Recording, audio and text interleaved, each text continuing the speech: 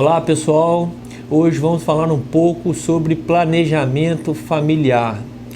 E um dos temas do planejamento familiar são os métodos contraceptivos. Então aquele casal que já tem uma prole constituída, já tem uma família constituída e deseja aí optar por algum método contraceptivo. E um método contraceptivo bastante eficaz que é realizado nos homens é a vasectomia.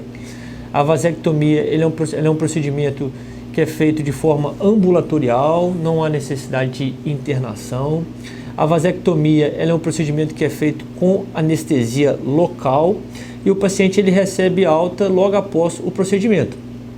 Como que funciona esse método contraceptivo que é a vasectomia ou ligadura dos ductos deferentes? Então, os espermatozoides, na anatomia masculina, os espermatozoides são produzidos pelo testículo e os espermatozoides eles saem do testículo por um ducto chamado epidídimo e depois o ducto deferente, e o procedimento ele é exatamente esse. A gente vai fazer uma secção, uma ligadura do ducto deferente, impedindo que os espermatozoides que são produzidos no testículo consigam chegar até o pênis para serem ejaculados durante a relação sexual. Então é um procedimento que é feito com anestesia local, um procedimento ambulatorial. Para quem está indicado a vasectomia? Então homens acima de 18 anos, para aqueles homens que têm entre 18 e 25 anos, ter 2 filhos vivos, e para todos os homens que desejam fazer a partir dos 25 anos. Isso aí foi uma normativa do Ministério da Saúde em parceria com a Sociedade Brasileira de Urologia, publicada em 2009. É lógico, para que aquele casal que ainda não tem filhos, a gente sempre orienta outros métodos contraceptivos. A vasectomia ela é um método contraceptivo reversível, mas a chance da gente reverter esse procedimento, ela diminui com o tempo. Então, a partir do primeiro, segundo ano pós-cirurgia, essa chance, o sucesso da cirurgia, da gente recanalizar os ductos deferentes para tornar o homem fértil com relação sexual natural, ela diminui bastante.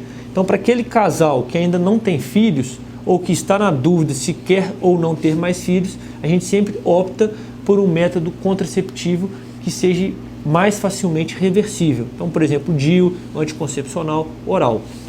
Alguns mitos que tem com relação à vasectomia: disfunção erétil. Então, aquela dificuldade para ter relação sexual. A vasectomia não tem esse efeito colateral. A vasectomia não altera nem a libido e nem a potência sexual do homem. E outro ponto é justamente a questão do homem se tornar infértil.